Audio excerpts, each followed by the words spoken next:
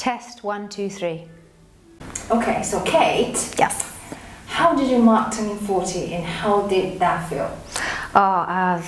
So I decided that I was going to go to Petra in Jordan and do a 10-day riding expedition across the desert.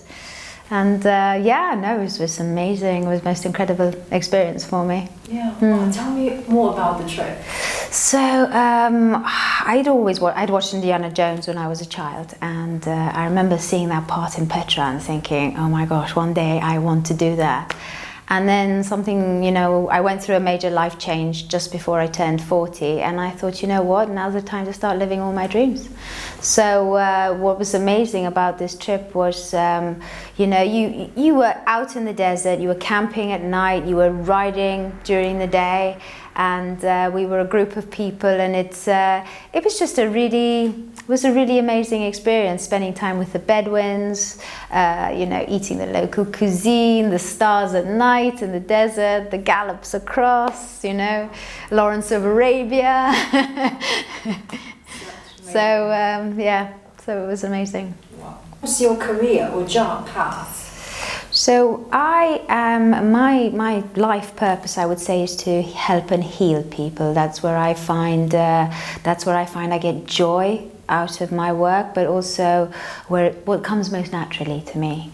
And I am a physical trainer, if you like, and I help people with Pilates and yoga, and with nutrition and personal training, and also with essential oil massage. So what I do is, whoever comes to see me, I see what it is that they need, and I give them that, so not everyone comes for the same reasons. It's all to do with helping people. In fact, the name of my studio is BackToBody, because what I want to do is bring people back to themselves.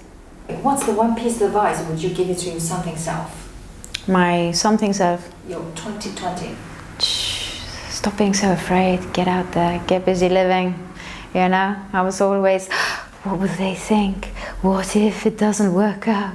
I don't know. Then you get to when you get to 40, it's just a bit like, they don't like it, that's their problem, not mine. So what have been the significant points of change in your life so far? How did these significant points in your life change you?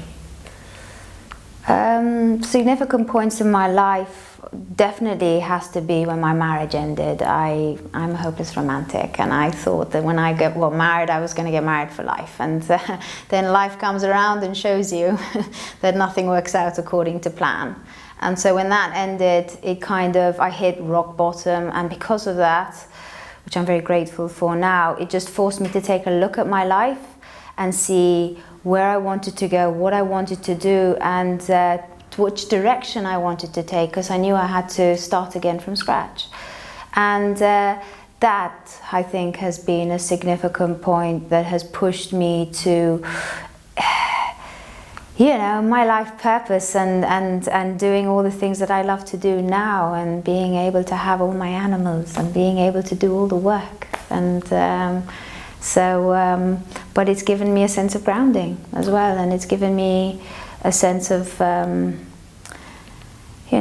individuality, if you like, because we've all got different life paths, and we're not all on the same path.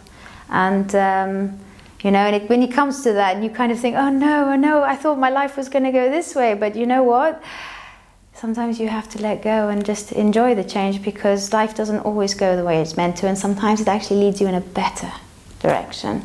So I would say that's been a big thing for me. Any myths you would like to bust about the over 40s? If so, can you tell us about them? Okay, the line of work that I do, helping people generally come and start to see me in their 40s, because that's when their body starts to fall apart. And the truth is that if they took care of their bodies in their 30s and their 20s, they wouldn't have an issue with their 40s. And think, oh, I feel so old, I'm in my 40s now. But the truth is that age is just a number if you take care of your physical well-being as well as your health. And not just decide, okay, I'm going to start taking care of myself, once I start to fall apart. So I would say that that is the biggest myth, that, oh, I'm old now. Rubbish. My mentor is in his 70s and he puts me to shame. So it's, you know, it's all up here. Good. What gets you up in the morning? What are your motivations? Oh gosh, I'm very passionate about what I do, and life in general, and every day for me is a new beginning, and every day I think, okay, what's the universe going to throw at me today, you know, and so far it's been good, you know, and I just try and always have a positive mindset. And I don't meditate first thing in the morning, but I do sit down and sort of look at the day ahead of me and really look at what's positive and what I can get out of it. And if it does go my way, great. But if it doesn't, what's the lesson? And that's how I try and look at it, so that I don't take it into my next day. You know?